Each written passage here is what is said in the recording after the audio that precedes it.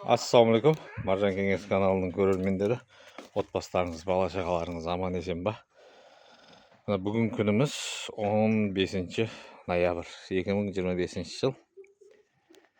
Мына жердегі анарларымызды,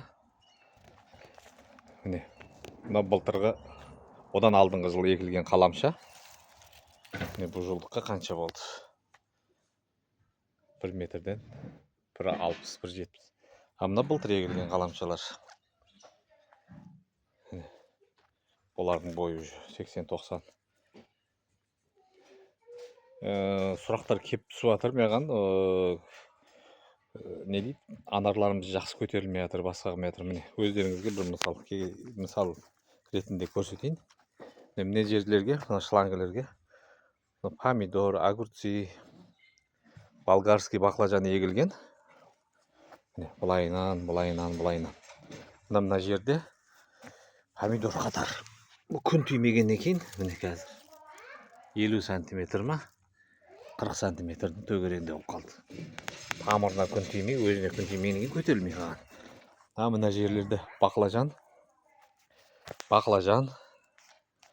Кейін мынау не дейді? Болгар қампыр дейді ма, не дейді? Перістер тұрған жер, олар тік болғаннан кейін, міне қаншалықты. Міне күн тиіп, су тиіп, жақсы болып тұрған жерлерінде қалай болады? Анау не дейді? Помидорлардың арасында қап кеткеннен кейін мына қатар полный. Міне мына қатар, екі қатар, мына қатар помидор болған. Мына қатарда енді анар жоқ болғаннан кейін, мына қатарда болған. Мына шеті күн тиіп тұрғаннан кейін қазір менің белімнен келіп тұр. Мыналар уже 50 сантиметр, 40 сантиметр. Енді жұмысты ары жүріп, бері жүріп, олардың астында күн тиген, күн тимегендерін байқамай қалыппыз. Оның үшін арасын ашып тұрсаңыздар, аналар ұзақтан көрініп тұр. Аналар. Енді оларды көметін болсақ, қазір кешеде жүзімді қалай көмесіз, не қыласыз дейді. Жүзімді көмгеннің енді бұл түрі көп. Картонмен да істедім, агроволокномен да істедім. Түрлі немен істеп көрдім. Ең оңайы, ең арзаны мынау болар екен. Андай жүзімдерді жатқызып, үстіне бір лопата топырақ тастап, лайнан тастап шықтым. Мына жерде арық сияқты не қалған? Траншея ма не дейді? Траншея болып қалды. Арық сияқты бар, бір лопатаның орны. Бастан аяқ. Мынау ана жерлерде көрінбей қалды. Ана жерде де бір 10 шақты жүзім бар. Жүзімдердің жатқызған кезде әрқайсысының астына мынау бір шелек, жарты арба. Енді қанша көп болса сонша жақсы. Қазір жаздың күні оны, көктем күнінде оны тастауға болмайды. Жаздың күні астын қыздырып жібереді. Мыналарға зиян жетіп қалуы мүмкін талдарының астына. Мына күздің күні тастасаңыздар, мына свежий, не дейді, көң дейміз, малақ дейміз, малдың несі ғой, нәжісі дейміз бе, не дейміз. Қазір малақ десем қай өңірден, малақ деген қай жерде, көң десем қай өңірде, көң деген қойдың свежий малағы міне.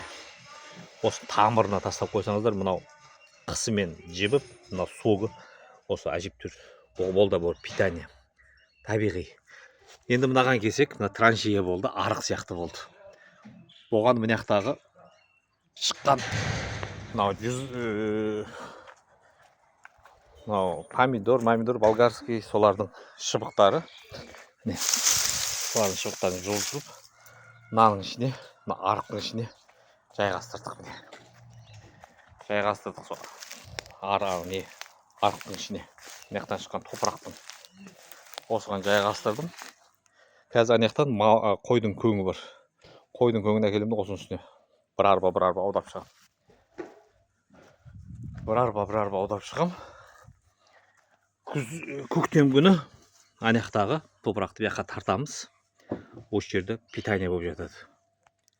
витамин болады оларға. Егер де бір сынамақшы болсаңыздар, қыстың күні мынаның астын бүйтіп көтерсеңіздер, бүйтіп көтеріп қарасаңыздар, мынаның асты толық шуашаң болып қалады. А мынау орыстар батыва дейді ғой. Бізге мына помидордың шыбықтары. Осы шіріп, ол да бір питание. И анау шуалшаңдарымызға да бір азық болады. Ол шуалшаңдар жегеннен кейін оларға витамин. А мынау анарларды дәл осы көмеміз. Міне, бүйтіп байлап аламыз. Байлап аламыз да мынау жатқан кезге, жатқан андай не дейін. Міне. Мынерге бір топырақ тастаймыз да, мынау ең астына бір 2 лопата, 3 лопата малақтан тастап қоямыз. Көңнен. Болды міне бұл, болды бір питание болады. Болды бір питание.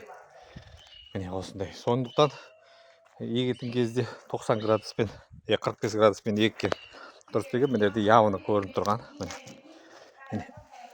Міне жатқызғанға оңай. Міне мынандай жатқызғаны, мынау оңай болады жатқызғанға. Сынбайды, басқа да қылмайды. Міне осындай. А мынау енді міне қиғаштап ектеміз.